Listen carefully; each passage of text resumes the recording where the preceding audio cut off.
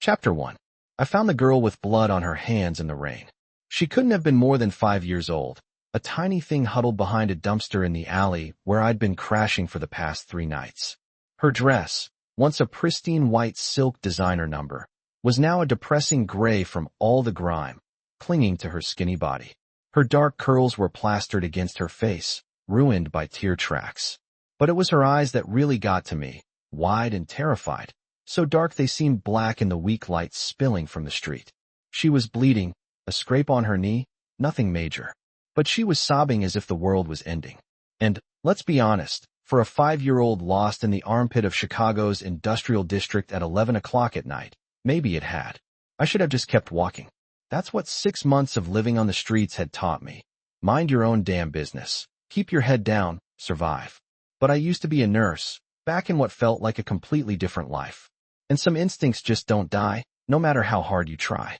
Hey, I said softly, crouching down despite my empty stomach screaming in protest. Hey, sweetheart, are you hurt? She looked at me with those huge eyes, and something inside me just cracked. I knew that look. I'd worn it myself not so long ago. The look of someone whose whole world had just been blown to smithereens. I want my papa, she whispered, her voice so tiny it barely carried over the sound of the rain. I glanced around the alley, every survival instinct I had screaming at me to leave her and run like hell. A kid this young, dressed like that, lost in this neighborhood? This wasn't just trouble. This was the kind of trouble that got people killed. But she was looking at me like I was her last hope, the only lifeline she had. Okay, I heard myself say. Okay, let's find your papa. What's your name? Isabella. Of course it was. Even her name sounded expensive. I used the sleeve of my second-hand jacket, which was the only thing keeping me from getting hypothermia, to wipe the blood from her knee. The cut was just a scratch. She'd be fine, which was more than I could say for whoever had lost track of her. Where did you last see your papa, Isabella? The bad men took me. Her lip trembled. They put me in a car, but I run away when they stopped for gas. Ice water flooded my veins. Kidnapping. This was so far beyond anything I should be mixed up in that I couldn't even see the line I'd crossed anymore. We need to call the police. No. She grabbed my arm, surprisingly strong for such a little thing. Papa says never trust police, only trust family. I stared at her, pieces clicking into place. I hadn't wanted to acknowledge the obvious, the expensive clothes, the way she'd been taught not to trust the authorities, the very fact that someone had dared to kidnap her in the first place. This wasn't just any little girl. This was someone important, someone dangerous, and I'd just made myself part of whatever nightmare she'd stumbled into. The sound of car engines rumbled from the street, and Isabella's grip on my arm tightened until it hurt. They're coming back, she whimpered. They're coming back for me. I didn't think. I just moved. I scooped her up in my arms and ran deeper into the alley, my beat-up sneakers splashing through puddles, my lungs burning. Behind us, car doors slammed, voices shouted, and footsteps pounded. There. I saw something move. I dove behind a pile of wooden pallets, pressing Isabella against my chest and covering her mouth with my hand. My heart was hammering so hard I was sure they'd hear it. She was shaking. Or maybe it was me. I couldn't tell anymore. 3 men passed within spitting distance of us. I caught glimpses through the gaps in the wood, dark suits, bulges under their jackets that I knew were guns. One of them was speaking rapid-fire Italian into a phone. Don't know where she went. Vincenzo is going to kill us. The boss is already on his way. The boss. Isabella's papa. They moved past, their footsteps fading, but I didn't dare move. Not yet. Isabella was so still in my arms, her breathing shallow, like she'd done this before, like she knew the drill for hiding from dangerous men. What kind of life had this kid lived? When I finally chanced shifting, my body screamed in protest. I hadn't eaten in 2 days, and the adrenaline was wearing off fast, leaving me shaky and weak. Is there a number? I whispered to Isabella. A way to call your papa directly? She nodded against my chest and rattled off a phone number with perfect precision. Of course, she knew it by heart. She'd probably been drilled on it since she could talk. The problem was, I didn't have a phone. I'd sold mine months ago for food money, but I knew where I could find one. St. Catherine's Church was 3 blocks away. Father Miguel kept the doors unlocked and had a phone in the office. I'd been there twice for their soup kitchen, always slipping out before anyone could ask questions or try to help me. Help came with strings, and I couldn't afford strings anymore. Hold on tight, I told Isabella. We're going to find your papa. I should have been terrified. I should have left her at the church and disappeared into the night. I should have done a million things differently. But as I emerged from the alley and started down the rain-slicked street with this little girl clinging to me like I was her salvation, I felt something I hadn't felt in 6 months. I felt necessary. I didn't know yet that this moment, this choice, would be the beginning of my end. That the phone call I was about to make would unleash a storm of violence and desire I couldn't even begin to imagine. I didn't know that Isabella's papa wasn't just dangerous. He was the danger. And in less than an hour, Dante Salvatore would walk into St. Catherine's church, looking for his daughter, and find me instead, the girl with blood on her hands and nothing left to lose. Chapter 2. The Devil Wears Armani. The phone rang 3 times before someone answered. Who is this? The voice was male, clipped, suspicious, and scared to death. I was huddled in Father Miguel's office. Isabella was pressed against my side on the worn leather couch. The church was deserted this late. Just shadows and flickering votive candles casting dancing light through the cracked door. I have Isabella, I said, keeping my voice low. She's safe. She asked me to call this number. The silence that followed felt like forever. Put her on. The voice had changed, still hard, but desperate now. Papa. I handed Isabella the phone and watched her small face light up, then dissolve into tears again as she clutched the phone with both hands. She spoke rapidly in Italian, words tumbling over each other too fast for me to follow with my rudimentary knowledge of the language. But I caught enough. Scared. Bad men. Nice lady helped me. Nice lady. That's what I'd been reduced to, nice lady. She thrust the phone back at me suddenly, her eyes wide. Papa wants to talk to you. My hand trembled as I took it. Hello. Where are you? Not a question, a command. The voice was different now. Deeper, darker. The kind of voice that made you understand why people used words like authority and power interchangeably. St. Catherine's Church on Roosevelt. I know where it is. Keep her inside. Lock the doors. Don't let anyone in until I get there. 20 minutes. The men who took her won't be a problem. Something in his tone made my blood run cold. Those few words carried the weight of a death sentence. What's your name? I hesitated. Giving him my name felt like crossing a line I couldn't uncross. Lily, I finally said. Lily Chun. Lily.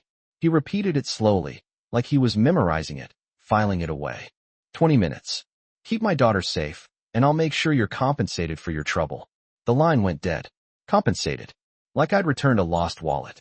I looked down at Isabella, who had curled up against my side, her thumb in her mouth. She looked so small, so vulnerable. Nothing like the daughter of whoever this man was. This man whose voice alone had made me want to run for the hills. Your papa's coming, I told her softly.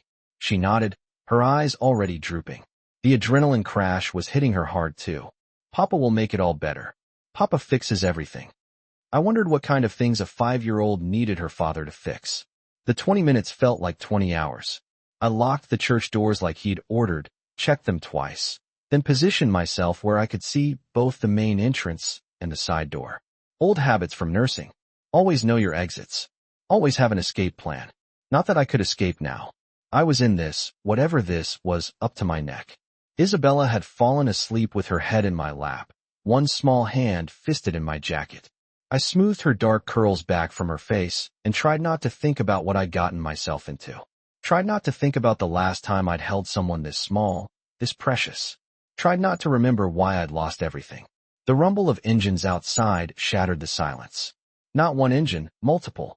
I moved to the window, careful not to wake Isabella, and my stomach dropped. 6 black SUVs had pulled up outside the church, forming a perimeter that screamed organized crime. Men in dark suits emerged from the vehicles, moving with military precision. They weren't just guards. They were soldiers. And then he stepped out of the center vehicle. Even from a distance, even through the rain-streaked window, I could see he was different from the others. Taller, broader, moving with the kind of confidence that came from knowing you were the most dangerous thing in any room you entered. He wore a charcoal suit that probably cost more than I'd made in 6 months as a nurse. And despite the rain, despite the late hour, despite the fact that his daughter had just been kidnapped, he looked immaculate, untouchable, terrifying. He strode toward the church doors, and 4 men moved with him, 2 in front, 2 behind. Protection detail. I watched him gesture sharply, and the men stopped, fanning out to secure the perimeter. He would enter alone. The knock, when it came, was controlled. 3 sharp raps that echoed through the empty church. My hands were shaking as I unlocked the door. And then Dante Salvatore was standing in front of me, and I forgot how to breathe. He was younger than I'd expected, mid-30s maybe, with the kind of face that belonged on Roman coins. Sharp cheekbones, a jaw that could cut glass, and eyes so dark they looked black in the dim light. The same eyes as Isabella. But where hers were innocent, his were absolutely merciless. Those eyes swept over me in a single assessing glance, taking in my second-hand clothes, my unwashed hair, the gauntness that 6 months of sporadic meals had carved into my face. I watched his expression shift, pieces clicking into place. He knew what I was, what I'd become. Where is she? His voice was lower in person, rough-edged with barely controlled emotion. I stepped aside, and his gaze locked onto Isabella sleeping on the couch. Something in his face cracked, just for a moment. Just a flash of raw vulnerability that disappeared so quickly I almost thought I'd imagined it. He moved past me, and I caught the scent of expensive cologne and something else. Gun oil, maybe, or just danger itself. He knelt beside the couch with surprising gentleness, his large hands cradling Isabella's face. "Mia, Principessa," he murmured, and she stirred, her eyes fluttering open. "Papa." She launched herself into his arms, and he caught her, holding her so tightly I thought he might break her. But Isabella just burrowed closer, sobbing into his shoulder, and he pressed his face into her hair. For a moment, he was just a father holding his daughter. Then his eyes opened and found mine over Isabella's head, and I saw the truth. Dante Salvatore wasn't just dangerous. He was the devil himself, and I just saved what he loved most in the world. Chapter 3. The Price of Mercy. Dante held Isabella for what felt like forever, murmuring to her in Italian, his hands moving over her carefully, checking for injuries. I realized the clinical part of my brain, the part that would always be a nurse, was cataloging his movements. Thorough, gentle, practiced. This wasn't the first time he'd had to check his daughter for wounds. Finally, he pulled back, cupping her face in his hands. "Did they hurt you, Principessa?" "No, Papa. I was brave, just like you taught me." She glanced at me, and Lily helped me. She cleaned my knee and hid me from the bad men. His eyes cut to me again, and I felt pinned in place, examined. "Wade? Go with Marco," he told Isabella, nodding toward the door where one of his men had appeared, younger than the others, with kind eyes. "He'll take you to the car. I need to speak with Lily. Go now, Isabella." The command in his voice was absolute. Isabella kissed his cheek and climbed down, casting one last look at me before taking Marco's offered hand. The door closed behind them with a soft click that sounded like a cell door locking. I was alone with Dante Salvatore. He rose slowly, unfolding to his full height, easily 6'3", maybe more. In the confined space of the church office, he seemed massive, overwhelming. He adjusted his cufflinks with deliberate precision, and I noticed his knuckles were scarred. Old wounds, the kind you got from repeated violence. "Sit," he said, gesturing to the couch Isabella had vacated. "I'm fine standing." His eyebrow lifted slightly. It wasn't a request. Something about his tone made my spine stiffen. I'd spent 6 months taking orders from no one, bowing to nothing except survival.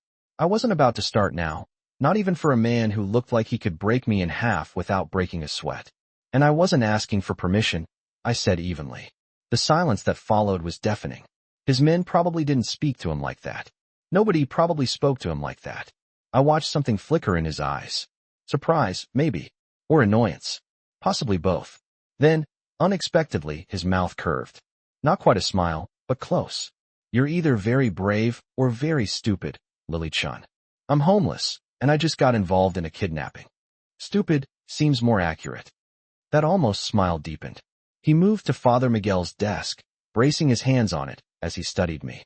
The position should have looked casual, but on him, it looked predatory, like he was deciding whether I was prey or something more interesting. "Tell me what happened." "Everything." So I did. I kept my voice steady as I described finding Isabella, the men searching for her, our escape to the church. He listened without interrupting, his expression unreadable, but I saw his jaw tighten when I mentioned how terrified she'd been. When I finished, he was quiet for a long moment. "The men who took her," he said finally, his voice soft and deadly. "Did you get a good look at them?" "3 of them, dark suits. One was speaking Italian on the phone. He mentioned someone named Vincenzo." Something dangerous flashed across his face. Vincenzo. The way he said the name made my skin crawl. It wasn't anger exactly. It was colder than that, more final. "You did well," he continued, straightening. "Not many people would have helped her. Fewer still would have been smart enough to keep her safe." He reached inside his jacket, and I tensed. But he only pulled out a wallet. Expensive leather, probably Italian. Everything about him screamed money and power. He extracted a stack of bills. Hundreds. I realized with a jolt and held them out to me. There had to be at least $5,000 there. "For your trouble," he said. I stared at the money. $5,000 would change everything. Food, a room, new clothes, maybe even enough to start putting my life back together, piece by broken piece. But something about the transaction felt wrong, like I was being paid off, dismissed. "I don't want your money," I heard myself say. His hand didn't waver. "Everyone wants money, especially people in your position." My position? Anger sparked in my chest, hot and sudden. "You mean homeless? Poor? You think throwing cash at me will make this go away?"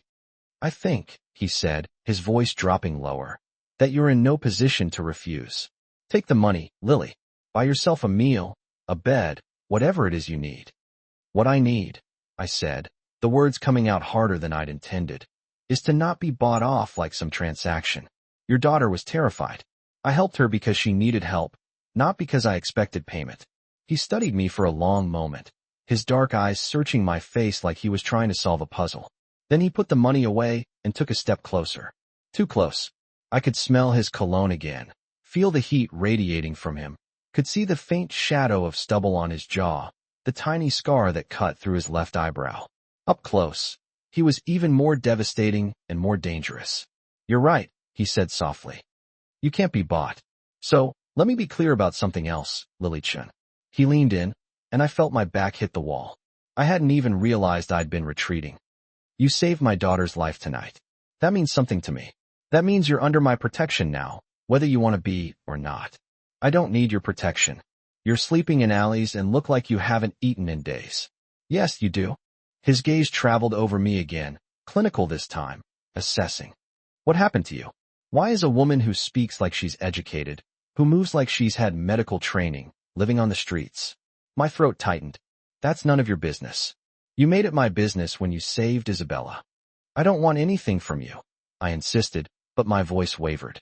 Because that wasn't entirely true, was it? I wanted food, shelter, safety, all the things I'd been running from for 6 months.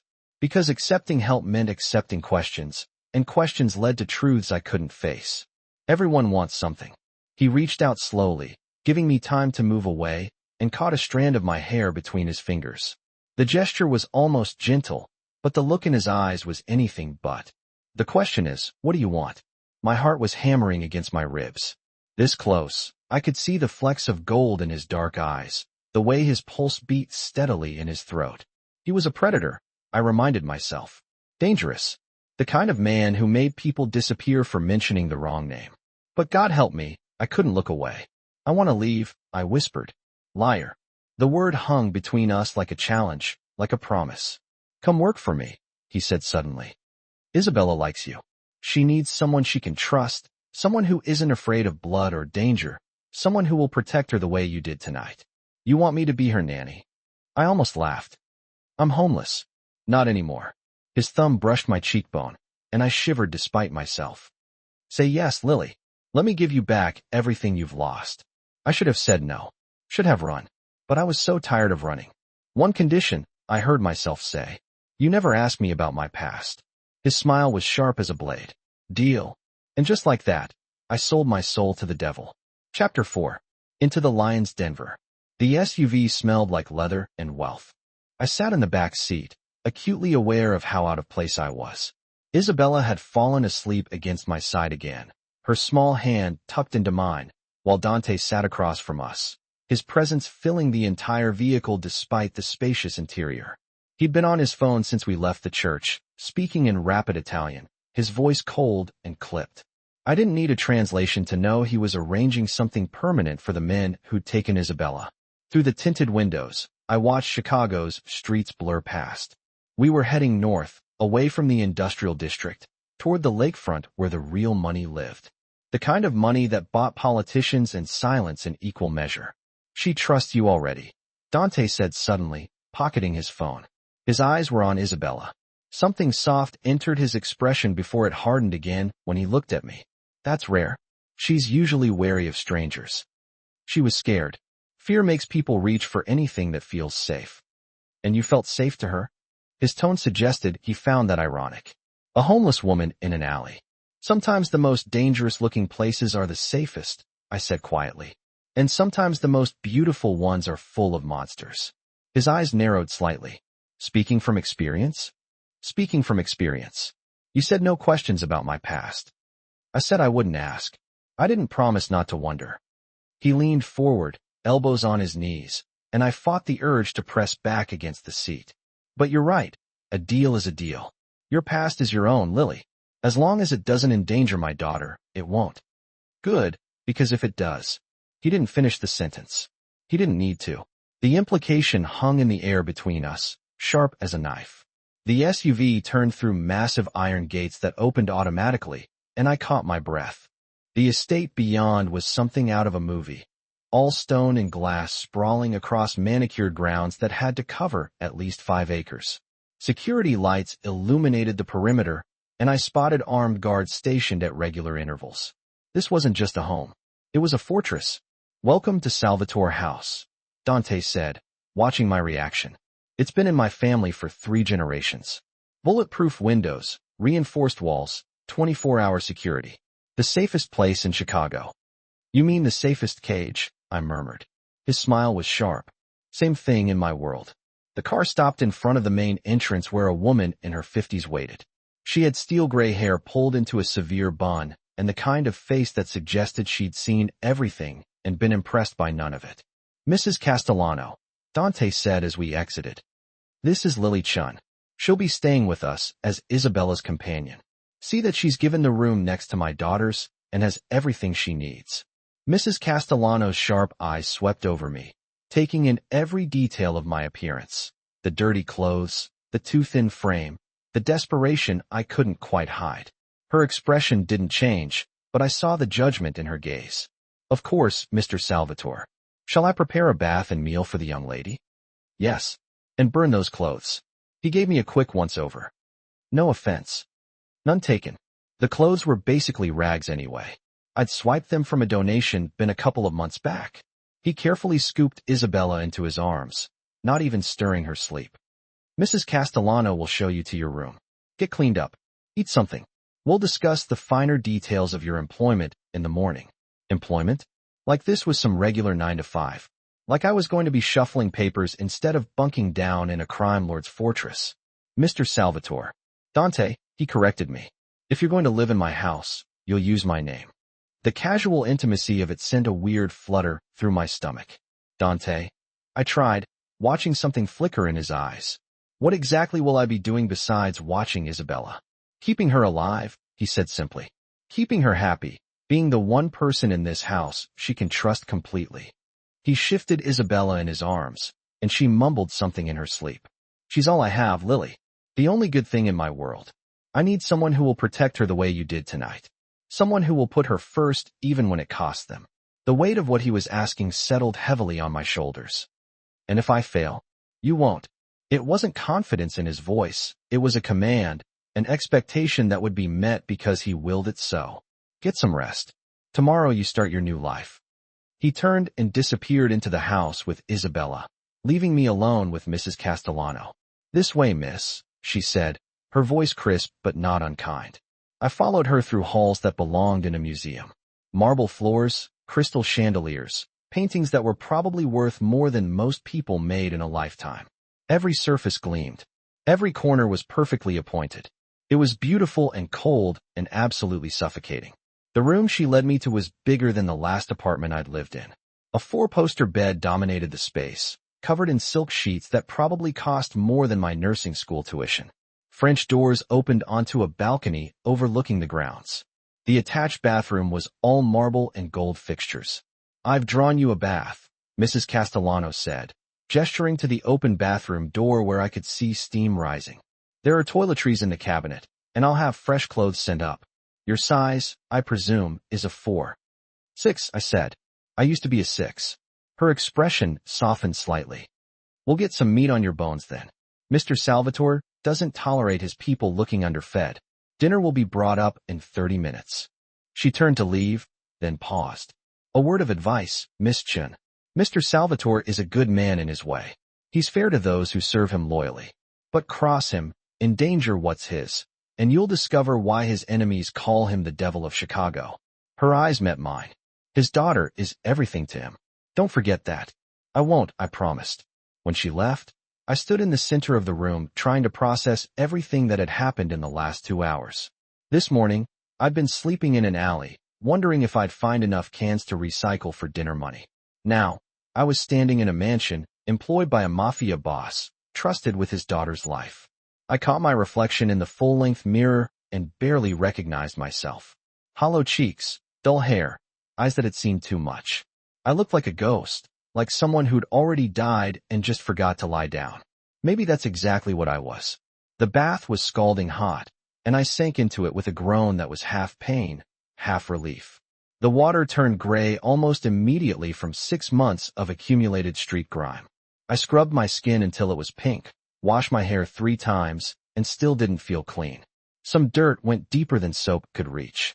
When I finally emerged, wrapped in a towel that was softer than anything I'd ever owned, I found clothes laid out on the bed, simple but expensive jeans that actually fit, a soft cashmere sweater, undergarments still in their packaging, and on the nightstand, a tray with enough food to feed 3 people. I ate mechanically, barely tasting it, my mind racing. What had I done? What had I agreed to? I'd traded one kind of cage for another. But at least this cage had food, shelter, safety, and a devil who looked at me like he could see straight through to all my broken pieces. I was still sitting there, the empty plate beside me, when I heard it, a soft cry from the room next door. Isabella, Chapter 5, Nightmares and Promises. I was through the connecting door before I'd consciously decided to move. Isabella's room was a princess fantasy come to life. Pale pink walls, a canopy bed with gauzy curtains, shelves full of dolls and books. But the little girl thrashing in the center of that perfect bed looked anything but peaceful. "No, no, please," she whimpered, her small fists tangled in the sheets. "Papa, help me." "Isabella, sweetheart." I perched on the edge of her bed, touching her shoulder gently. "Wake up. You're safe now." Her eyes flew open, wild with terror. And for a moment, she didn't recognize me. Then her face crumpled and she launched herself into my arms, sobbing against my chest. "They were taking me again," she gasped between tears. "The bad men, they found me. Shoo. It was just a dream, just a nightmare." I rocked her slowly, my hand stroking her hair the way my mother used to do for me back when I was small and the world was simple. "You're home. Your papa's here. Nobody can hurt you. Promise." Her voice was so small, so desperate. I thought about the armed guards outside, the bulletproof windows, the iron gates, the cold-eyed man who'd looked at me like he could orchestrate my death as easily as ordering coffee. "I promise," I lied, because sometimes lies were kinder than truth. The door opened, and Dante filled the doorway. He'd changed into black pants and a white shirt with the sleeves rolled up, revealing forearms corded with muscle and traced with more scars. His hair was slightly damp, like he'd just showered. He looked younger somehow, more human, until you met his eyes. "Papa." Isabella scrambled off my lap and ran to him. He caught her easily, lifting her like she weighed nothing. "Another nightmare, Principessa?" She nodded against his shoulder, and I watched his jaw tighten. The raw pain in his expression was almost too intimate to witness, like I was seeing something I had no right to see. "Lily made it better," Isabella said, pulling back to look at him. "She promised nobody would hurt me." His eyes cut to me over her head. "Did she?" There was a question in that look. A challenge. Could I keep that promise? Did I understand what I just committed to? "I'll stay with her until she falls asleep," I offered, standing. "If that's okay." Something flickered across his face. Surprise, maybe. Or approval. "That would be good. Thank you." He carried Isabella back to bed, tucking her in with a gentleness that seemed at odds with everything I knew about him. She clung to his hand, her eyes already drooping. "Tell me a story, Papa. About Mama." His entire body went rigid. The temperature in the room seemed to drop 10 degrees. "Your mama loved you very much," he said, his voice carefully neutral. "She used to sing to you every night. Do you remember?" "A little." Isabella's thumb crept to her mouth. "I wish she was here." "So do I, Bambina. So do I." He stood abruptly, pressing a kiss to her forehead. "Lily will stay with you.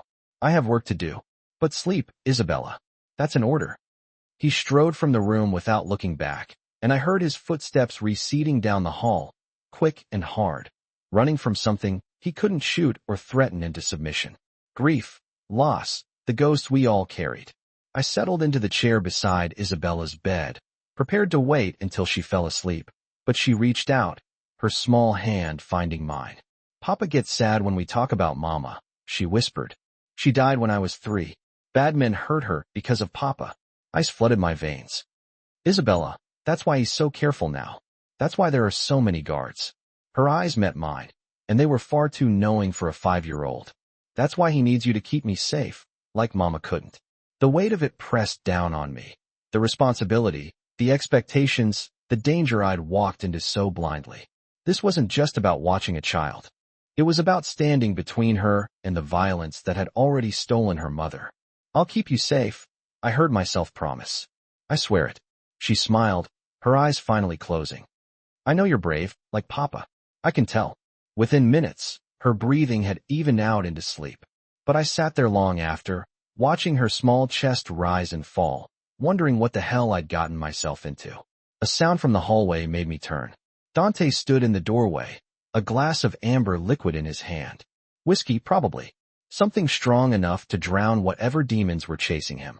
"She's asleep," I said quietly, extracting my hand from Isabella's and standing. He nodded, his eyes on his daughter. "She doesn't usually settle that quickly. Not after nightmares. Kids need to feel safe, to know someone's there." I moved toward the door, suddenly aware of how close we'd be standing in the narrow doorway. "She trusts you. That's rare after trauma. You sound like you know." He didn't move aside, forcing me to stop inches from him. "Personal experience, Lily. You said no questions about my past. And you said you'd keep my daughter safe. I think that earns me at least one answer." His free hand came up, not quite touching me, but close enough that I could feel the heat of his skin. "Were you a nurse before?" My throat tightened. "Yes." "What happened?" "I lost someone." The words came out raw, scraped from somewhere deep inside. Someone I was supposed to save. And I couldn't. I couldn't live with myself after. Understanding flickered in his eyes. He knew about guilt, about the weight of failure. "So you ran," he said softly. "So I survived. There's a difference." "Is there?" He took a drink, his eyes never leaving mine. "Or is running just another way of dying slowly?" The question hit too close to home. I'd been dying for 6 months. One cold night. One missed meal. One moment of despair at a time. Living on the streets wasn't survival. It was a drawn-out suicide. "Why do you care?" I asked, my voice barely above a whisper. "I'm just an employee. Someone to watch your daughter." "You're someone who put herself between Isabella and danger without hesitation. Someone who refused my money because you didn't want to be bought. Someone who looks at me without fear, even though you should be terrified." He set his glass on the hallway table and stepped closer, backing me against the door frame. "That makes you interesting, Lily-chan. And I don't find many people interesting." His proximity was overwhelming. I could smell the whiskey on his breath, see the exhaustion in his eyes, feel the leashed violence in every line of his body. He was a predator, and I was prey. Except I wasn't running. I should have been running. "This is a bad idea," I managed. "Probably." His thumb traced my jaw, and I shivered. "But bad ideas are my specialty. I work for you. It's inappropriate." "You work for me," he agreed, his voice dropping lower. "Which means you're under my protection. In my house, in my world. And in my world, Lily, I take what I want." My breath caught. "And what do you want?" His eyes dropped to my lips, and the heat in them could have melted steel. "That's a dangerous question. You're a dangerous man." "Yes." He smiled, and it was the most predatory thing I'd ever seen. "But you already knew that when you agreed to stay. So either you're brave, or you're broken. Maybe both." His hand slid to the back of my neck, his grip firm, but not painful. Which is it, Lily? What are you? I couldn't breathe, couldn't think, could only feel the heat of his body, the strength in his hands, the dark promise in his eyes. I'm someone who keeps her promises, I whispered. Good. He released me suddenly, stepping back like nothing had happened, like he hadn't just set my entire world on fire with a touch. Keep Isabella safe, and you'll have everything you need. Fail and I won't. He studied me for a long moment, then nodded. Get some rest. Tomorrow you start learning how to survive in my world. He disappeared down the hall, leaving me trembling against the door frame, my heart racing. I just made a deal with the devil. And God help me. Part of me wanted to see how deep into hell he'd take me. Chapter 6. Lessons in Survival. Morning came too quickly. I woke to sunlight streaming through the French doors and the disorienting realization that I was in a bed, a real bed with clean sheets and pillows that didn't smell like mildew. For a moment, I thought I dreamed the entire night. The kidnapping, the church, Dante Salvatore with his dark eyes and darker promises. Then I saw the clothes folded on the chair, smelled the faint scent of expensive cologne lingering in the air, and knew it was all horrifyingly real. A soft knock interrupted my spiraling thoughts. Mrs. Castellano entered without waiting for permission, carrying a tray laden with breakfast. Good morning, Miss Chun. Mr. Salvatore requests your presence in his study at 9 o'clock. That gives you 45 minutes. She set the tray on the small table by the window. Fresh fruit, scrambled eggs, toast, orange juice that looked freshly squeezed. Enough food for 3 people. Again? Does he always summon people like this? I asked, sitting up. Mr. Salvatore doesn't summon, he requests. There's a difference. Her expression was carefully neutral. I suggest you eat quickly and dress. He doesn't appreciate tardiness. She left before I could respond, and I found myself wolfing down the food despite my nerves. 6 months of hunger had taught me never to waste a meal. I could be terrified on a full stomach. The clothes in the closet, somehow filled overnight, were simple but expensive. I chose black pants and a cream sweater, trying to look professional, competent, like someone who belonged in a mansion instead of an alley. The mirror told a different story. My hair was clean, but I was still too thin. My eyes still haunted. You couldn't wash away 6 months of hell in one night. At exactly 9 o'clock, I knocked on the heavy oak door. Mrs. Castellano had directed me to enter. Dante's study was all dark wood and leather, lined with books that looked actually read. He sat behind a massive desk, his attention on a laptop, looking every inch the powerful businessman. The morning light caught the sharp planes of his face, and I had to remind myself to breathe. Sit, he said without looking up. I bristled at the command, but lowered myself into the chair across from him.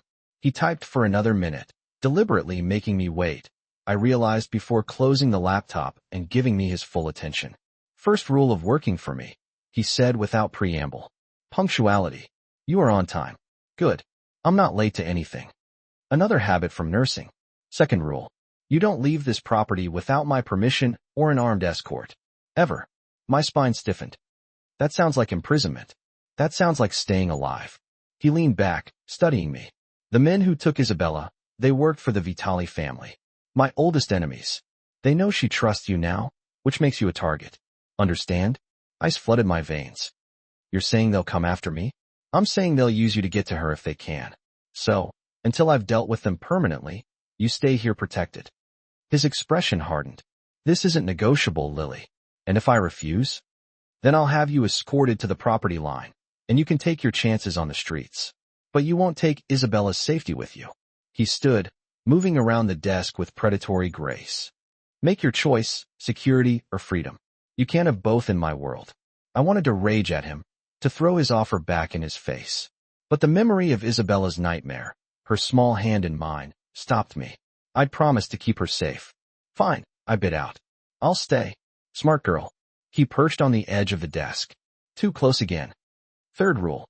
Isabella's routine is sacred. Breakfast at 8. Lessons from 9 to noon. Lunch, then free time. Dinner at 6 o'clock with me. Unless I'm working, bed by 8:30. Lessons? She's 5. She's a Salvatore. She needs to be educated, protected, prepared. Something dark crossed his face. The world we live in doesn't allow for childhood innocence. Not completely.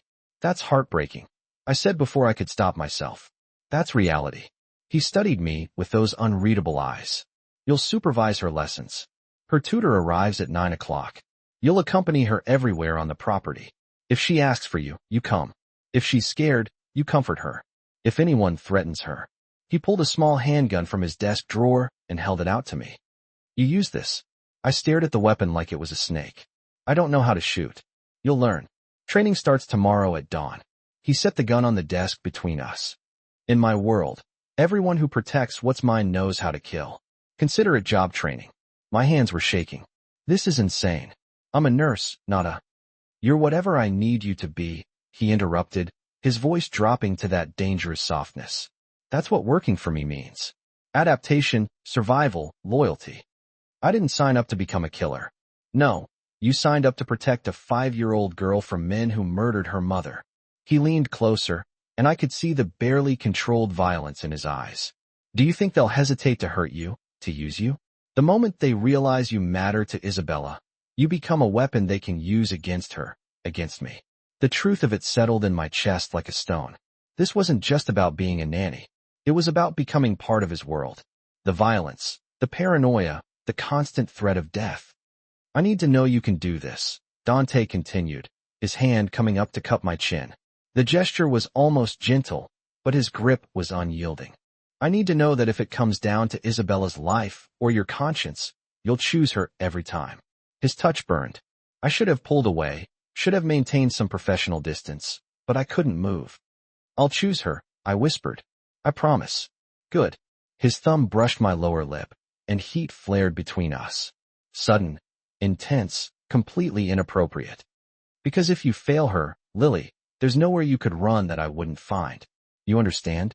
It should have sounded like a threat. It did sound like a threat, but underneath it, I heard something else. Desperation. Fear. The terror of a man who'd already lost too much and couldn't survive losing more. I understand, I managed. He released me abruptly and straightened. The moment of vulnerability, if it had even existed, disappearing behind his armor of control. Isabella will be at breakfast in 20 minutes. Mrs. Castellano will show you the dining room. Don't be late. And you? Will you be there? I have business to attend to, people to see. His smile was cold. Bodies to bury. The casual way he said it made my blood run cold. He wasn't being metaphorical. The men who took Isabella won't be a problem anymore. By tonight, the Vitali family will understand the cost of touching what's mine. He moved toward the door, then paused. One more thing, Lily. Last night when I came to Isabella's room, what you saw? What I said. I saw a father who loves his daughter, I said quietly. Nothing else. He studied me for a long moment, something unreadable flickering in his dark eyes. Then he nodded once and left, leaving me alone in his study with a gun on the desk and the weight of impossible choices pressing down on my shoulders. I picked up the weapon carefully, feeling its weight in my palm. Cold metal, death made simple. 6 months ago, I'd taken an oath to do no harm. Now I was holding a gun, preparing to learn how to kill, all to protect a little girl who'd already lost so much. The irony wasn't lost on me. I'd run from one kind of death only to embrace another. But as I heard Isabella's laughter echoing from somewhere in the house, bright and innocent and alive, I knew I'd made the right choice, even if it damned me in the process. I set the gun back on the desk and went to meet my new charge, trying to ignore how easily I was sliding into Dante Salvatore's dark world, trying to ignore how much a part of me didn't want to escape it anymore. Chapter 7. Asterisk cracks in the armor. Isabella was already seated at the dining table when I arrived, her legs swinging beneath her chair. She'd been dressed in a yellow sundress, her dark curls pulled into pigtails, and she looked so normal, so innocent that it was easy to forget the nightmare she'd lived through. Lily. Her face lit up when she saw me. You're having breakfast with me? Papa said you would, but I wasn't sure. I slid into the seat beside her, hyper-aware of the 2 armed guards stationed at the doors. Of course. We're going to spend a lot of time together. Good. She reached for my hand, her grip surprisingly tight. I don't like being alone. My heart twisted. You're not alone anymore, sweetheart. Mrs. Castellano appeared with plates of pancakes shaped like hearts. For Isabella, I noticed, and fresh fruit. The older woman's expression softened slightly when she looked at the little girl, and I realized she wasn't just staff. She cared about Isabella. How many people in this house were held captive by love for this child? Your tutor will arrive in 30 minutes, Mrs. Castellano informed us. Mr. Laurent is quite punctual. He'll expect Isabella to be ready. What does she study? I asked. Italian, French, mathematics, literature, and piano. At my startled look, she added, Mr. Salvatore believes in thorough education. Isabella must be prepared for any situation. Any situation, including inheriting a criminal empire, probably. Isabella ate her pancakes with methodical precision, cutting each piece into the same size before eating it.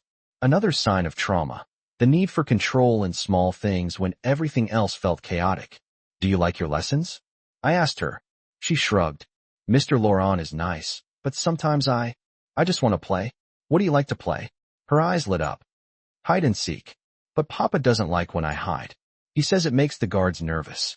Of course he did. Every game probably felt like a security risk. Maybe we can play something else, I suggested. What about drawing or reading stories?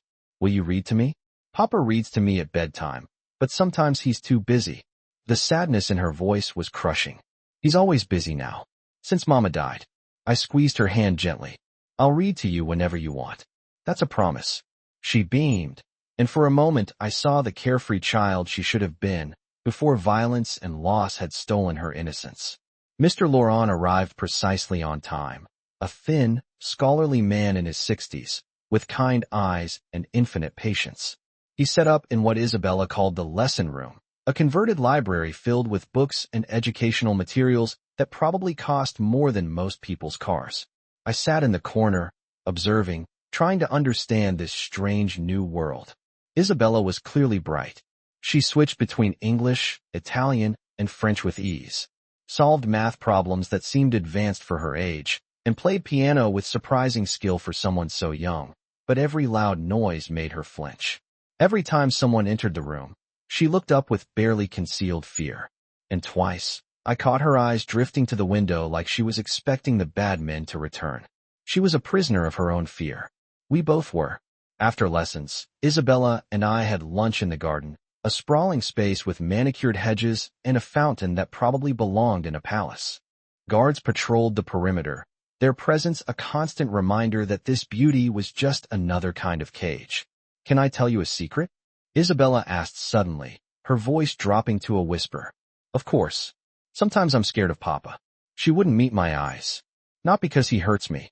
He never hurts me, but because of what he does to other people. I hear the guards talking. I know he's dangerous. My throat tightened. What did you say to a child who feared her own father? Your Papa loves you, I said carefully. Everything he does to keep you safe. But what if I don't want people to get hurt because of me? Her eyes filled with tears. What if I'm the reason Mama died? What if Papa gets hurt, too?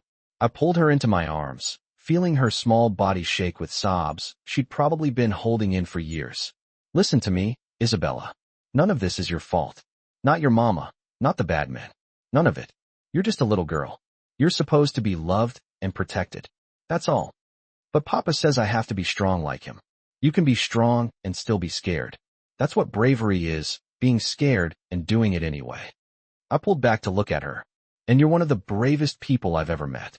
She wiped her eyes with the back of her hand. Really? Really? You escaped from kidnappers, found help, and survived. That's incredible. You helped me, she said softly. You saved me. We saved each other, I corrected. Because it was true. She'd given me purpose again.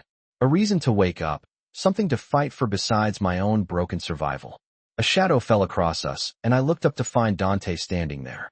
I had no idea how long he'd been watching. His expression was unreadable, but something in his eyes looked raw, exposed. Papa! Isabella ran to him, and he caught her, lifting her high. Having fun, Principessa? Lily says I'm brave, and we're going to read stories later. Is that so?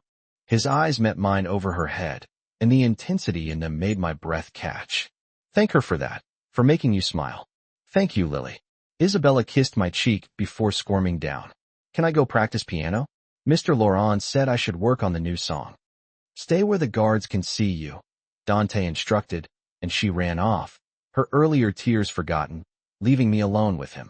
He moved closer, and I stood, suddenly nervous. In the daylight, he looked different, More human, less monster. The sun caught the gold flecks in his dark eyes, softened the hard lines of his face. "You're good with her," he said quietly. "Better than I expected. She's easy to care about. She doesn't usually open up like that. Not even to Mrs. Castellano." He studied me with that unnerving intensity. "What did you say to her when she was crying?" "That none of this is her fault. That she's allowed to be scared." His jaw tightened. "She needs to be strong. Weakness gets people killed in my world. She's 5 years old, Dante. She needs to be a child, not a soldier. Children don't survive in my world." He shot back, his voice hardening. "She needs to be prepared for what? A life of fear, of violence?" I stepped closer, anger overriding my self-preservation. "You can't protect her from everything, and trying to turn her into some weapon will only break her. Better broken than dead." The words hung between us, brutal and honest. This was his reality. Survival at any cost, even innocence. "Is that what happened to you?" I asked softly. "Did someone break you to keep you alive?" His hand shot out, gripping my arm, not painfully but firmly. "Don't psychoanalyze me, Lily. You don't know anything about what I've survived." "Then tell me." I met his gaze, refusing to back down. "If I'm going to live in your world, protect your daughter, I need to understand. Who broke you?" For a moment, I thought he'd shut down completely. Then something shifted in his expression, a crack in the armor he wore so carefully. "My father," he said, his voice barely above a whisper. "He taught me that sentiment was weakness, that love made you vulnerable, that the only way to survive was to be harder, colder, more ruthless than everyone else." His grip on my arm loosened, his thumb brushing my pulse point. He was right. I'm alive because I learned those lessons. "And your mother?" "Dead. Killed by my father's enemies when I was 8. He remarried within 6 months. A business arrangement. No love, no weakness." His smile was bitter. "That's the world Isabella was born into. A world where affection is ammunition and trust gets you killed." "But you love her," I said. "You love Isabella more than anything." "That's not weakness, Dante. That's strength." He stared at me like I'd spoken a foreign language. "Love got her mother killed. Love makes me vulnerable. It's my greatest weakness, or your greatest reason to fight." I covered his hand with mine, feeling the rough scars on his knuckles. "She needs you to love her, to show her that this world, as dark as it is, has light in it, too." "And where do I find that light?" His voice was rough, almost desperate. "I've been living in darkness so long, I don't remember what light looks like." "Maybe that's what I'm here for," I whispered. "Not just to protect Isabella, but to remind you both that there's more to life than survival." His free hand came up to cup my face, and the gentleness of the gesture nearly undid me. "You're dangerous, Lily-chan.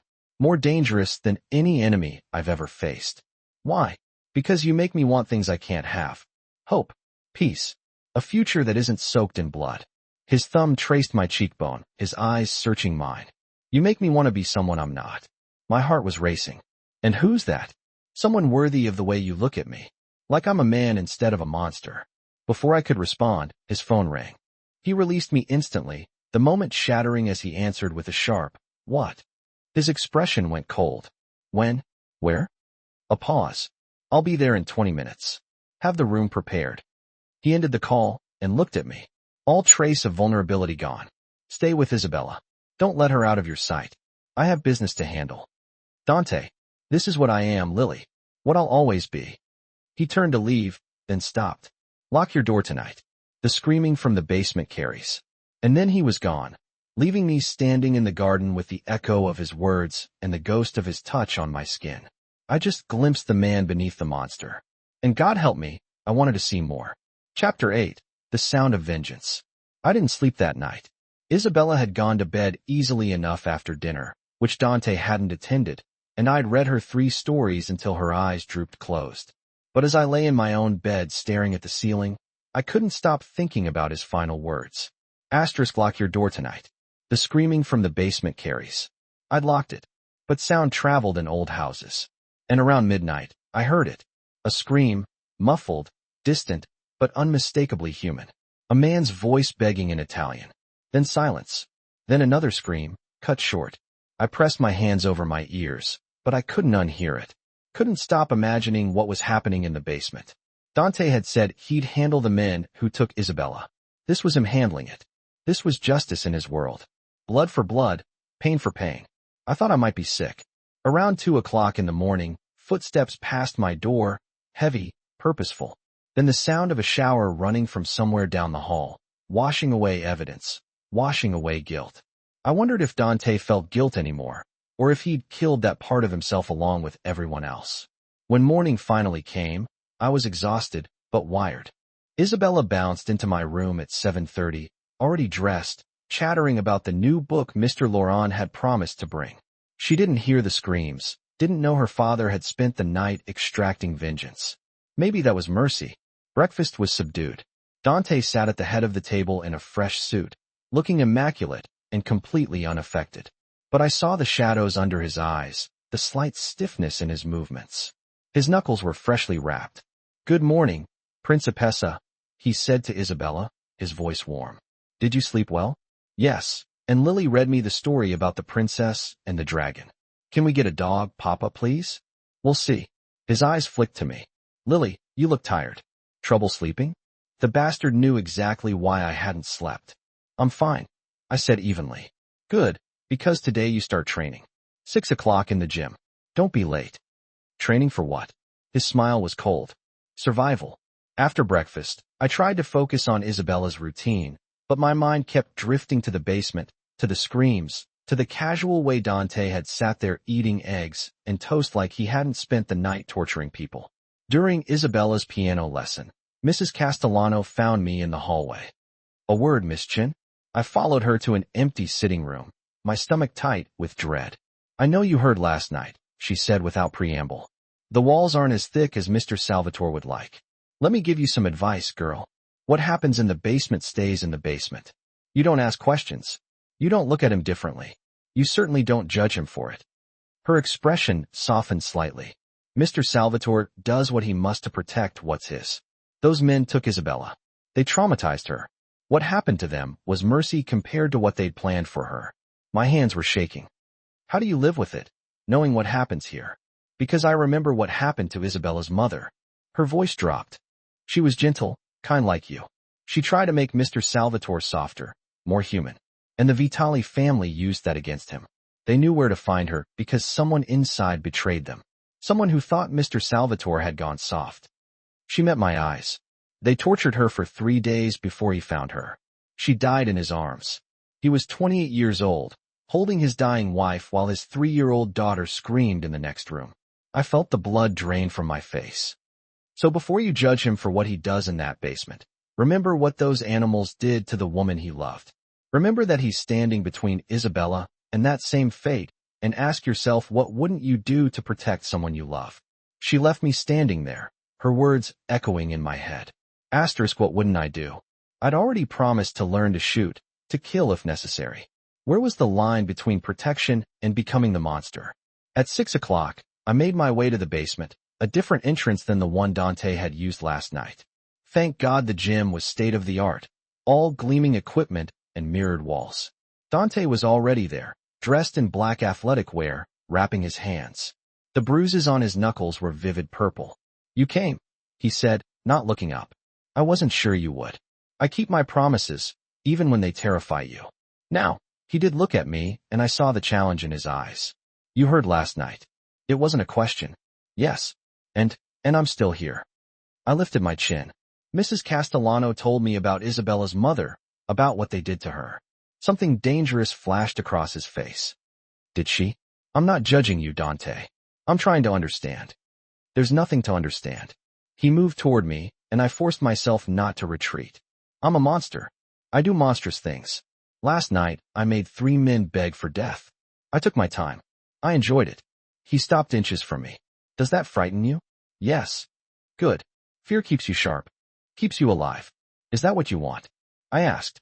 "For everyone to fear you? I want Isabella safe. Everything else is irrelevant, even your own humanity." His hand shot out, gripping my throat. Not choking, just holding. His thumb resting against my racing pulse. "I lost my humanity the day I held my wife's broken body. Don't try to resurrect what's already dead, Lily." I should have been terrified. His hand was around my throat. His eyes were cold, and I knew with absolute certainty that he could kill me without hesitation. But beneath the monster, I saw the man, the grieving husband, the desperate father, the boy who'd been broken by his own father's cruelty. "I don't believe that," I whispered. "I see you with Isabella. The way you look at her, the way you'd burn the world down to keep her safe. That's not a monster. That's a man who loves so deeply it scares him." His grip tightened fractionally. "Stop. Make me." The air between us crackled with tension. Violence and desire twisted together until I couldn't tell where one ended and the other began. His eyes dropped to my lips, and I saw the war raging in him. The urge to hurt versus the need to. He released me abruptly and stepped back. "We're here to train, not to psychoanalyze my damage. Dante, pick up the gun." He gestured to the table where a handgun waited. "Time to learn how to kill." My hands shook as I lifted the weapon. It was heavier than I remembered, cold and deadly in my palm. "First rule," Dante said, moving behind me. "Respect the weapon. It's not a toy. It's a tool designed for one purpose: taking life." His hands covered mine, adjusting my grip. "Second rule, never point it at anything you're not willing to destroy." His body was pressed against my back, his breath warm against my ear. I couldn't focus on the gun, couldn't think about anything except his proximity, his heat, the way his hands felt covering mine. "Concentrate," he murmured. "Because someday someone's going to threaten Isabella. And when that happens, you'll have a split second to decide, their life or hers. I'll choose her. Will you?" He turned me suddenly, and the gun was between us, pointed at his chest. "Could you pull the trigger, Lily, if I was the threat? If I was the monster coming for her?" My finger trembled on the trigger guard. "Are you?" "I'm the monster keeping other monsters away. But make no mistake, I'm still a monster." His hand covered mine on the gun. "So answer the question. Could you kill me if you had to?" I looked into his dark eyes and saw the truth he was asking for. Not just about the gun, about everything. Could I stay in his world? Could I love Isabella without loving, or at least accepting him? Could I cross the lines I'd sworn never to cross? "I don't know," I admitted, "but I'd try. For her." Something shifted in his expression. Approval maybe, or respect. That's the right answer. Hesitation means uncertainty. Uncertainty means death. He took the gun from my hands and set it aside. "We'll start with defense. If you can't pull the trigger, you need to survive long enough for help to arrive." For the next hour, he taught me to fight. Where to strike to disable an attacker, how to break a hold, how to use someone's weight against them. His hands were impersonal but firm, positioning me, showing me weaknesses, demonstrating with controlled violence how quickly someone could kill. By the end, I was bruised, exhausted, and exhilarated. "Better," he said, barely winded. "You're a fast learner." "I'm motivated." "Yes, you are." He tossed me a towel. "Same time tomorrow. And every day after until you can defend yourself and Isabella without me."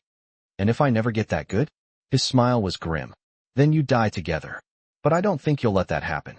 As I headed for the door, his voice stopped me. "Lily." I turned back. "What happened in the basement?" "I'm not sorry for it. I'd do it again." "I know, but you're still here." "I'm still here." He studied me for a long moment. "You're either very brave or very broken. You said that before. I'm still trying to figure out which." "Maybe I'm both," I said quietly. "Just like you." I left before he could respond, but I felt his eyes on me all the way out. Chapter 9. Dangerous Proximity. 3 weeks passed in a strange rhythm of routine and tension. Mornings with Isabella. Lessons. Laughter slowly coaxing the carefree child out from behind her walls of fear. Afternoons in the garden or the library, reading stories while guards patrolled the perimeter. Evenings with Dante, when his work allowed. Watching him transform from the cold-eyed boss to the gentle father who cut his daughter's food and listened to her rambling stories with infinite patience. And every dawn, training sessions that left me bruised and breathless and increasingly aware of how dangerous Dante Salvatore truly was. Not just because of what he did in the basement, though the screams still came occasionally, reminders of the violence that funded our safety, but because of the way he looked at me when he thought I wasn't watching, like I was a puzzle he couldn't solve, a weakness he couldn't afford, like I was something he wanted but couldn't let himself have. The feeling was mutual. I'd stopped pretending I didn't feel the pull between us. The way my pulse jumped when he entered a room. The heat that flared when his hand brushed mine during training. The dreams that left me gasping awake in the dark. It was wrong. Dangerous. Absolutely inevitable. Again, Dante commanded, circling me in the gym. I was tired, my muscles screaming, sweat plastering my hair to my neck. We'd been at this for 2 hours, and he'd shown no mercy. He never did. I can't. Can't isn't in your vocabulary anymore. Again, I lunged, trying the disarming technique he'd taught me yesterday. But I was sloppy, exhausted, and he countered effortlessly. Within seconds, I was on my back on the mat, his body pinning mine, one hand controlling both my wrists above my head. Dead, he said flatly. Third time this morning. What's wrong with you today? Everything. I was distracted by his weight pressing me into the mat, by the way his chest rose and fell against mine, by the dark intensity in his eyes as he stared down at me. I'm tired, I managed. Tired gets you killed. But he didn't move. Didn't release me. His free hand came up to push a strand of hair from my face, and the gesture was so unexpectedly gentle that my breath caught. You're not focused. Why? Because you're touching me. Because I can feel your heartbeat. Because I'm falling for a man who tortures people in his basement, and I don't know what that makes me. Isabella had nightmares again last night. I said instead, which was also true. I was up with her until 3 o'clock. His expression softened marginally. She's getting better, thanks to you. She still flinches at loud noises. Still checks every room for exits. She's learning to survive. That's good. She's 5, Dante. She should be learning to play, not to survive. His jaw tightened.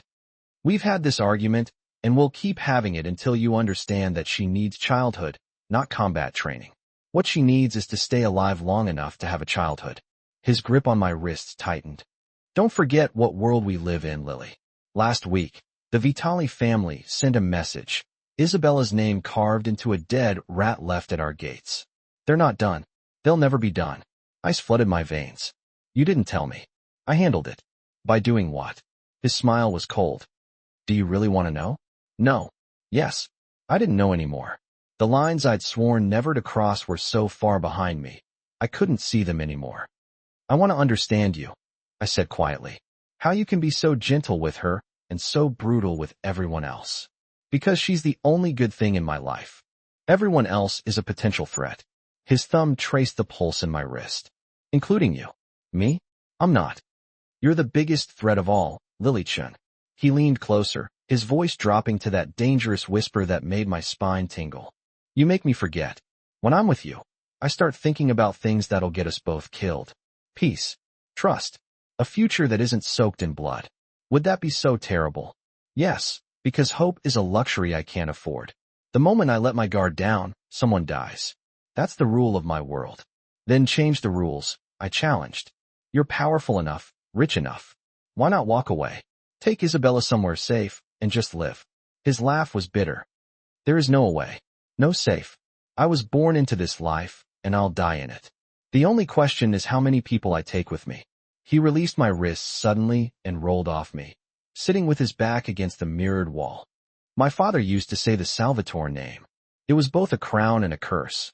You wear it until it destroys you. I sat up slowly, my heart aching at the feeling of resignation in his voice. Isabella doesn't have to inherit that curse. She already has it the moment she was born. He looked at me, and the exhaustion in his eyes was truly devastating. I tried to give her a different life. Sent her mother away with her when she was a baby. I thought if they stayed hidden, stayed safe, they could escape this world. What happened? My wife got homesick. Came back for my birthday. His voice went flat, completely devoid of emotion. The Vadal family had been watching, waiting. They seized their opportunity. He pressed the heels of his hands hard against his eyes. 3 days. They had her for 3 days while I tore the city apart looking for her. When I finally found her, he didn't finish the sentence. He didn't need to. I'm sorry, I whispered. Don't be sorry. Be smart. Understand that this is my reality. Love makes you vulnerable. Attachment makes you weak. The instant you care about something, you've given your enemies a weapon they can use against you. Then why keep me here? If I'm such a threat. He looked at me, and the raw need in his eyes stole my breath. Because Isabella needs you. Because you make her smile in a way she hasn't since her mother died. Because you're good and pure and everything this world tries to destroy. And maybe, just maybe, having that in my house reminds me I'm still human. The confession hung in the air between us, vulnerable and terrifying. Dante, don't. He stood up abruptly. Don't say whatever you're about to say. Don't look at me like I'm something worth saving.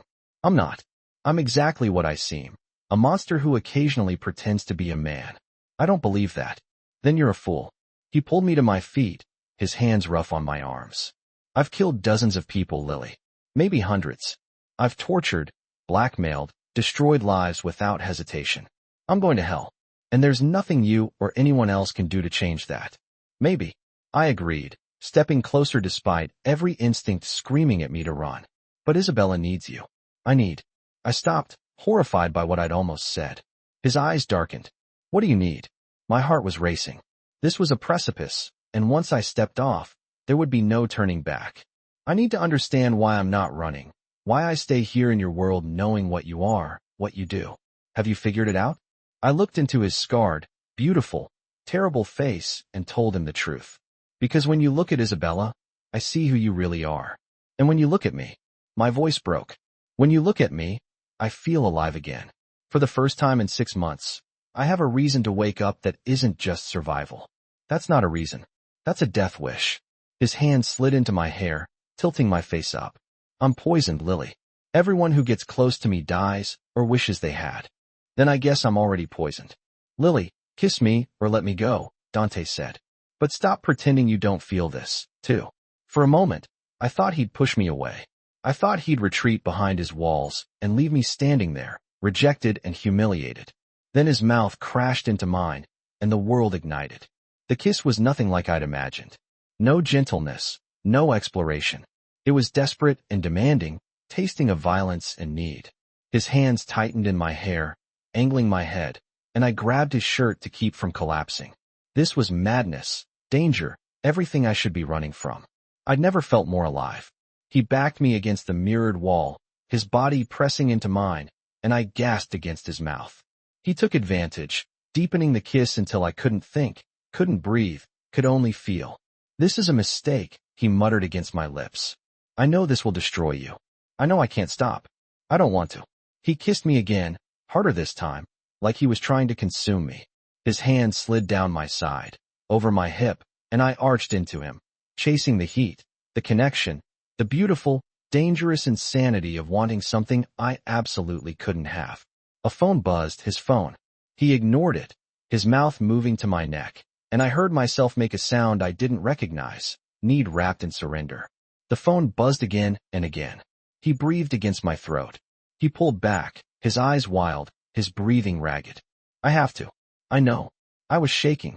Go. He looked at me like he was memorizing my face. Then he grabbed his phone and stopped toward the door. He stopped in the doorway, his back to me. This can't happen again. I know. I mean it, Lily. It's too dangerous. I know that too.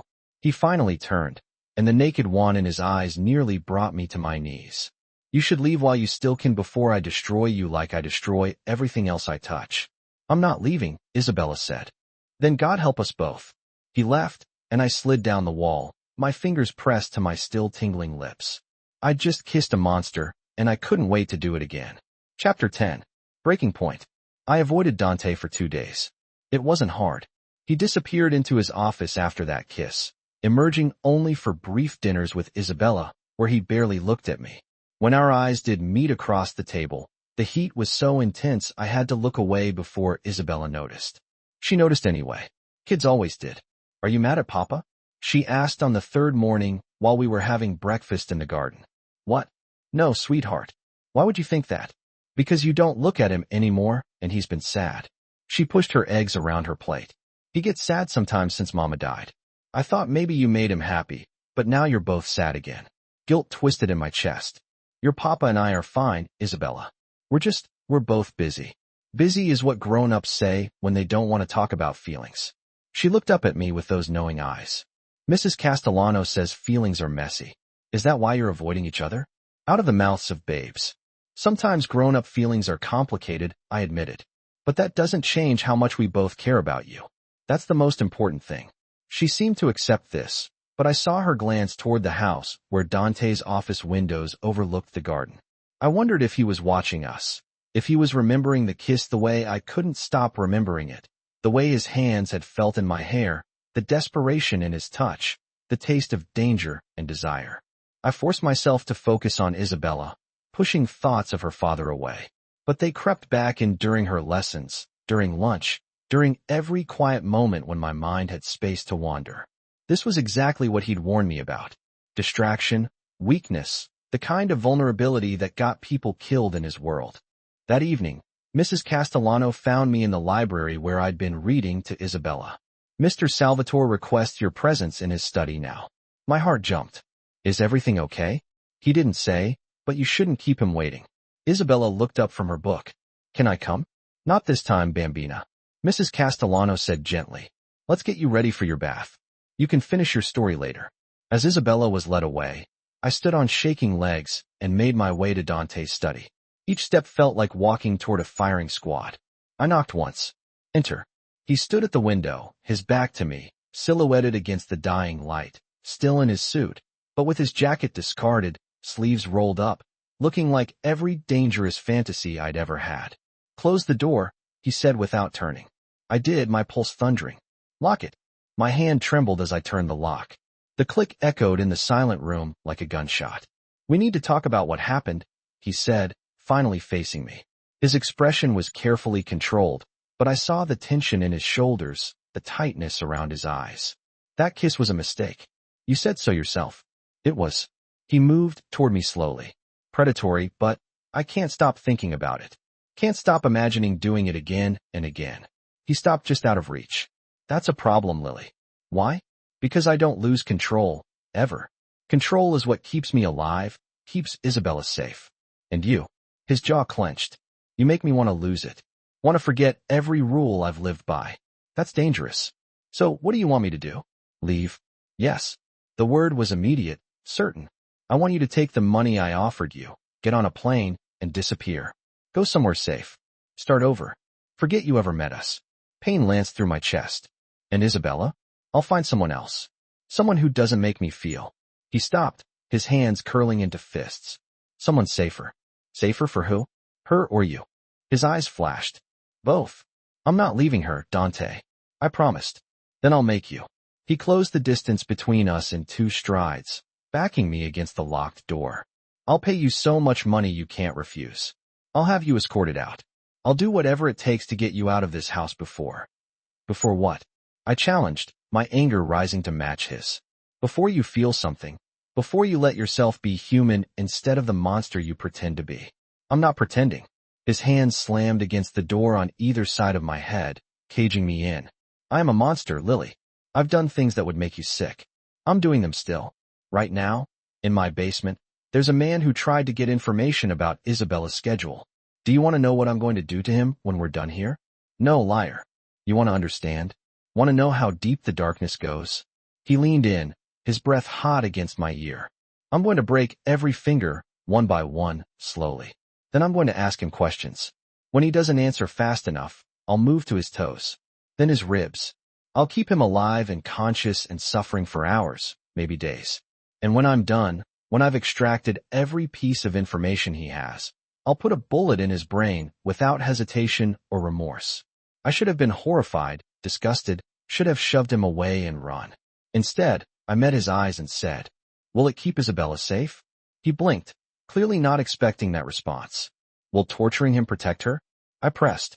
"Will it stop whoever sent him?" "Yes." "Then do what you have to do." My voice was steady despite my racing heart. "I'm not naive, Dante. I know what you are, what you do. And I'm not asking you to change. I'm just asking you to stop pushing me away because you're scared." "I'm not scared." "You're terrified," I interrupted.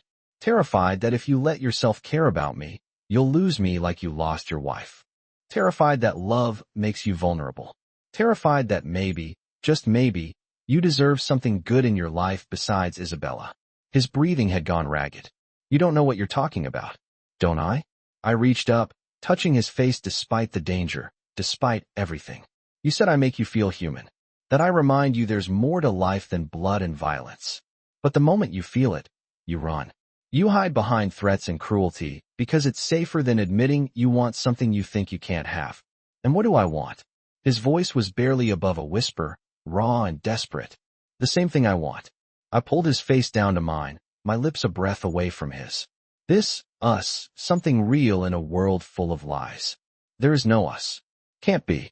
Then why are you still here? Why haven't you walked away? He made a sound that was half growl, half groan. Because I'm weak. Because when I'm with you, I forget all the reasons this is impossible. Then forget them now, just for tonight. Lily, I know the risks. I know what I'm asking. But I'm so tired of being afraid, Dante. Tired of surviving instead of living. For 6 months, I was a ghost. And then I found Isabella. Found you. And for the first time since, everything fell apart. I feel like I'm alive again. My voice broke. Don't take that away from me. Please. His resistance shattered. He kissed me like a man drowning. Like I was air, and he'd been suffocating. His hands were everywhere, my hair, my face, my waist, pulling me closer like he could consume me through touch alone. I kissed him back with equal desperation, tasting the darkness and danger and the tiny spark of light that still lived in him, the part he kept buried because it was too painful to acknowledge. He lifted me without breaking the kiss, and I wrapped my legs around his waist as he carried me to his desk. Papers scattered as he set me down, his hands sliding under my shirt, mapping skin with calloused fingers. This is insane, he muttered against my mouth. I know this will end badly. I know that too. I can't promise you anything. Can't give you normal or safe or... I don't want normal. I pulled back to look at him. This beautiful, broken, dangerous man. I want you, all of you. The monster and the man. Something in his expression cracked. You're going to destroy me, Lily-chan. Good. Then we'll be even. He kissed me again, slower this time, but no less intense. His hands were gentle now, reverent, like I was something precious instead of a complication he needed to eliminate. I haven't done this since. He stopped, pain flashing across his face. We don't have to. I want to. God, I want to. He pressed his forehead against mine. But not here. Not like this. You deserve better than a desperate fumble on my desk. Despite everything, I laughed. Such a gentleman. Hardly. His smile was crooked, almost boyish. But for you I can try. A sharp knock shattered the moment. Mr. Salvatore, it was Marco. His voice urgent through the door. We have a situation. The perimeter alarms were triggered. Southgate. Dante's entire demeanor changed instantly from vulnerable man to lethal predator. He stepped back, adjusting his clothes, his expression going cold.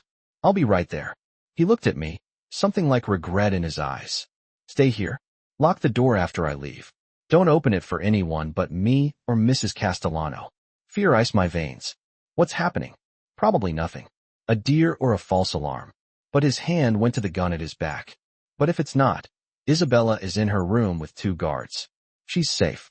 He cupped my face, his thumb brushing my cheekbone. I need you to trust me. Can you do that? I nodded, not trusting my voice. He kissed me once more, hard and fast. Don't leave this room. Then he was gone, and I heard the lock click from outside. I was alone in Dante's study, my lips still tingling, my heart still racing, while somewhere in the house, danger was closing in. And all I could think was, please, God, keep them safe. Keep him safe. Because somewhere between finding Isabella in that alley and this moment, I'd stopped just caring about survival. I'd started caring about him. Chapter 11. What we become. The minutes stretched into an eternity. I paced Dante's study, every nerve screaming at me to run to Isabella to make sure she was safe. But I'd promised to stay, and breaking that promise could put everyone in danger. The house had gone silent. The terrible kind of silence that preceded violence. Then I heard it. Gunshots. Distant but unmistakable. My hand flew to my mouth, stifling a scream. More shots. Closer now, shouting in Italian. The sound of breaking glass. They were inside. The door handle rattled. Lily, open the door. Mrs. Castellano's voice high with panic. I rushed to unlock it, and she burst in, her face pale. We need to move now. They've breached the east wing. Isabella is with Mr. Salvatore. He sent me to get you. She grabbed my arm, pulling me into the hallway. There's a safe room if we can get there. A man rounded the corner ahead of us. Not one of Dante's guards. His gun was already rising. Training took over before conscious thought. I shoved Mrs. Castellano aside and dove for the antique table in the hall. My fingers closed around the decorative letter opener. Heavy, sharp, more weapon than decoration. The gun fired. The bullet splintered wood inches from my head. I threw the letter opener with everything I had. It wasn't a kill shot. I'd never practiced throwing, but it embedded in his shoulder. He screamed, his gun arm dropping, and I was on him before he could recover. Using the moves Dante had drilled into me, I struck his throat, his knee, anything vulnerable. He went down hard, gasping for air. Miss? Castellano stared at me in shock. My God, run. Where's the safe room? I gasped, grabbing the man's fallen gun with shaking hands. She led me through a maze of hallways I'd never seen. Behind a bookcase that swung open to reveal a reinforced steel door. Inside was a small room, surveillance monitors showing every angle of the property, weapons on the walls, and a radio. On one of the screens, I saw Dante. He moved through the garden like death incarnate, firing with clinical precision. Bodies dropped around him. 3, 4, 5 men falling to his bullets. His face was emotionless, every movement economical and brutal. This was who he really was, not the gentle father or the man who'd kissed me like I was oxygen. This was the devil of Chicago, and he was magnificent and terrifying in equal measure. There, Mrs. Castellano pointed to another screen. Isabella's room. 2 guards stood outside her door, weapons drawn. As we watched, 3 men approached from the opposite hallway. The guards opened fire, dropping 2 immediately. The third got close enough to engage, and the fight became hand-to-hand, vicious and quick. 1 guard went down, then the other. The intruder kicked open Isabella's door. No, I breathed. I was moving before Mrs. Castellano could stop me, the stolen gun heavy in my hand. My body operated on pure instinct, muscle memory from the weeks of training overriding my screaming conscience. The hallways were chaos, gunfire, shouting, the acrid smell of cordite. I pressed against walls, moving the way Dante had taught me. Stay low. Check corners. Keep moving. Isabella's hallway was ahead. The fallen guards weren't moving. I stepped over them, my heart in my throat, and pushed through the door. The intruder had Isabella backed into a corner. She was screaming, tears streaming down her face, and the man was reaching for her with blood-stained hands. Get away from her. My voice didn't sound like mine. It was cold, flat, the voice of someone who'd already decided to kill. He turned, his gun swinging toward me. I fired first. The recoil nearly knocked me back, but the bullet found its target, center mass, just like Dante had taught me. The man staggered, his eyes wide with surprise, and fell. I just killed someone. The gun slipped from my numb fingers, clattering to the floor. I should have felt horror, guilt. Should have broken down. Instead, I felt nothing but cold certainty. Lily. Isabella launched herself at me, and I caught her, holding her tight. It's okay, sweetheart. You're safe. I've got you. That bad man. He said he was going to take me to my papa, but not my real papa. Chill. He can't hurt you now. I carried her toward the door, my body shielding hers. We need to find your father. Dante appeared in the doorway like an avenging angel, his suit spattered with blood, his gun still raised. His eyes swept the room, the dead man, the fallen guards, me holding Isabella, and something like relief crossed his face before it hardened again. Lily, you were supposed to stay. His eyes dropped to the gun on the floor, then to the body. Did you? Yes. He crossed the room in 2 strides, pulling us both against him. His heart was racing beneath my ear, his breathing ragged. Christ, Lily, is it over? Yes. 8 men, all dead. He pulled back, his hands framing my face, checking me for injuries. You're not hurt. I'm fine. Isabella is fine. I looked into his eyes, those dark, dangerous eyes, and said, I kept my promise. Something broke in his expression. He kissed me then, hard and desperate, seemingly forgetting Isabella was between us. Papa. Isabella squeaked. Can't breathe. He released us both, but his hand found mine, squeezing tight. I need to secure the property. Mrs. Castellano will take you both to the safe room until... No? My voice was steady. We're staying with you, all of us. He looked like he wanted to argue, but something in my expression stopped him. Then stay behind me, both of you. The next hour was a blur of activity. Police came. The kind of police who took one look at Dante and asked no questions. The bodies were removed, the damage assessed, and through it all, Isabella clung to my hand, and Dante's eyes kept finding mine across rooms, checking, reassuring. When the house was finally cleared, when Isabella had been checked by a doctor and was sleeping fitfully in her bed with a guard stationed inside her room, Dante found me on the balcony outside my room. I was staring at my hands. They'd washed clean, but I could still feel the weight of the gun. Could still see the man falling. Your first kill, Dante said quietly, coming to stand beside me. How are you handling it? I don't know. My voice was hollow. I thought I'd fall apart, but I just feel empty. That comes later. The guilt, the nightmares, the moment you replay in your head over and over, wondering if there was another way. His hand covered mine on the railing. But for what it's worth, you saved Isabella's life tonight. That matters more than the cost. Does it get easier? The killing? No, it gets more necessary. There's a difference. He turned me to face him, his expression raw. I'm sorry, Lily. Sorry I brought you into this world. Sorry I made you into something you never wanted to be. You didn't make me into anything. I looked up at him. This complicated, dangerous, impossible man. I chose this. Chose to stay. Chose to fight. And I'd choose it again for her. I stopped. The word too dangerous to say. For what? His hand slid into my hair, tilting my face up. Say it, Lily. For you. The confession slipped out, like a convict making a break for freedom. God help me. I would choose it all for you. His kiss, that time, at 1:33 a.m., was different. Not desperate or frantic, but gentle, almost worshipful, like I was some kind of fragile treasure he was afraid of shattering. I love you, he breathed against my lips. I didn't want to, tried my damnedest not to. But watching you tonight, seeing you shield her without even a moment's hesitation, I just can't deny it to myself anymore. Tears streamed down my cheeks. This is insane. We're probably insane. His smile was lopsided, almost boyish. But I spent 3 years alone. 3 years living in the dark, keeping everyone at arm's length because I couldn't bear losing someone again. And then you stumbled into my life with your broken pieces and your fierce heart. And you made me remember what it felt like to be alive. I'm so broken, Dante. I couldn't save. My voice cracked. The patient I lost, she was 16. A car accident. I froze. 1 second of hesitation, and she died. I destroyed my entire life because I couldn't live with that failure. You didn't freeze tonight. You didn't hesitate. His thumbs gently wiped away my tears. Maybe that girl's death wasn't your fault. Maybe you were always meant to be here in this moment. Saving my daughter, saving me. I don't believe in fate. Neither did I, until you.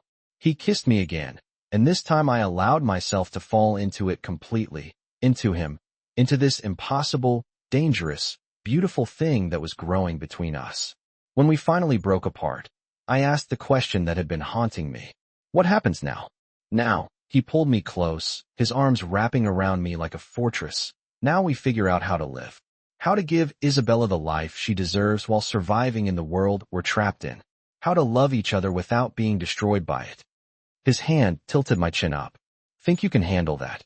I thought about the gun in my hand. The man I'd killed. The line I'd crossed that could never be uncrossed. I thought about Isabella's smile. The way she trusted me. The life I could give her even in this dark, messed up world. I thought about Dante, the monster and the man, the violence and the vulnerability, the danger and the devotion. Yes, I whispered. I can handle it. Even knowing what it costs, what you'll have to become. I pressed my hand over his heart, feeling it beat strong and steady beneath my palm. I'm already becoming it. The question is, can you handle loving someone who sees all of you and stays anyway? His smile was the most genuine I'd ever seen. I guess we'll find out together. He carried me inside then, to his room this time, and loved me the way I'd been craving since that first kiss, slowly, thoroughly, with the kind of raw intensity that came from almost losing everything. Later, wrapped in his arms with the dawn light creeping through the windows, I whispered, I never told you my price. What? That first night, you asked me to name my price for saving Isabella. I never answered.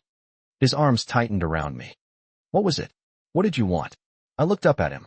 This beautiful, broken, dangerous man who'd given me back my life. A reason to wake up each morning. A family to fight for. Someone who looks at me and sees strength instead of failure. You have it, all of it. He kissed my forehead. But I'm still paying you a salary and buying you better clothes and probably a car, because Mrs. Castellano says you keep asking to walk to the market, and it gives my guards heart attacks. I laughed. The sound surprised us both. Such a romantic. I'm a work in progress. His smile turned wicked. But I have an excellent teacher. From down the hall, we heard the patter of small feet. The door burst open, and Isabella launched herself onto the bed between us. Papa, Lily, I had the good dream. The one where we're all together and happy, and nobody's trying to take me. Dante's eyes met mine over her head. Something like wonder flickered in them. Yeah, Principessa. That's a good dream. Can we have pancakes? The heart-shaped ones? Anything you want, baby. Anything at all. As Isabella chattered about breakfast, nestled between us like she belonged there, I felt something shift in my chest. Not healing. The scars were far too deep for that. But maybe the beginning of acceptance, of peace. I'd found a homeless girl in an alley and changed everything. I'd saved a little girl and found my purpose again. I'd fallen in love with a monster and discovered he was human after all. And somehow, impossibly, I'd found my way home. Not to a place, but to the people who needed me as much as I needed them. This was my new life now. Beautiful and brutal, dangerous and devoted, soaked in blood, but anchored in love. And I wouldn't trade it for anything, not even redemption. Because sometimes salvation doesn't look like escape. Sometimes it looks like walking straight into the fire and finding someone brave enough to burn with you.